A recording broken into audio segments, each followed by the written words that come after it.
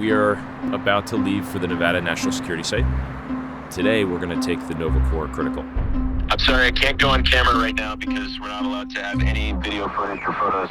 Everybody on the call is learning for the first time that Valar Atomics became the first startup to achieve criticality at 11:45 a.m. this morning. Yeah, reflecting on Nova, this was really important for us to do as a company. There's a bunch of things that were actually historic about it. It's the first time a startup has ever created a nuclear core and taken it critical. We were the first private company that was founded after the Manhattan Project to go critical. And Nova was like a couple of blocks, but it was, full-on nuclear, right? Everything was completely quantified beforehand. Every procedure was followed. It wasn't just a shallow nuclear quality effort. It was a 100% compliance.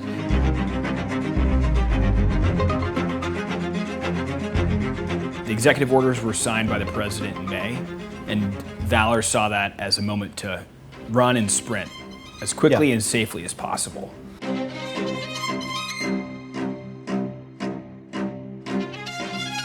Project Nova is a critical configuration, which means that we have a sustainable fusion chain reaction. Using the same fuel that we're going to use in War 250. It's a tracer compact fuel, and that will give us real-world data that we can use to validate our physics models. What Project Nova shows is that private industry, especially Valar Atomics, can work really well with the national labs. As long as you get the right people in the room that want something to happen, you can get it done quickly. It's just the first step.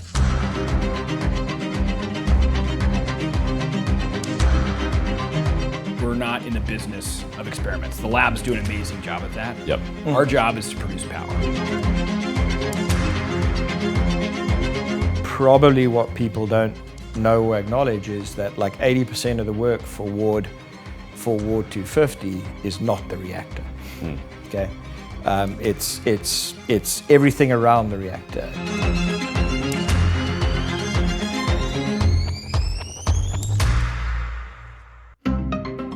We like to bring pain forward in time. Yes. There's like a fixed amount of pain of going from where we are now to being the company that makes the world's energy as cheap as we can and as abundant as we can. So there's a certain amount in there. We want to bring it forward as fast as we can. The faster you can get those things under your belt, the more you're able to scale, the more you're able to do it safely, the more you're able to make more power.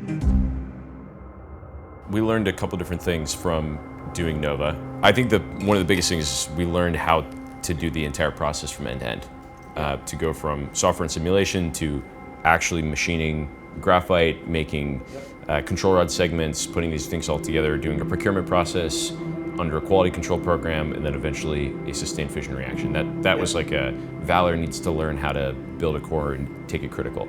We got pretty good correlation with our codes. We used a code that is to some extent unproven, which is OpenMC. It's clearly not completely unproven, but so our first calculations were well within the tolerance band for acceptability for a calculation, but we narrowed it down to almost precisely just by introducing some material properties that weren't in the models. We're pretty confident in our predictions for the reactor.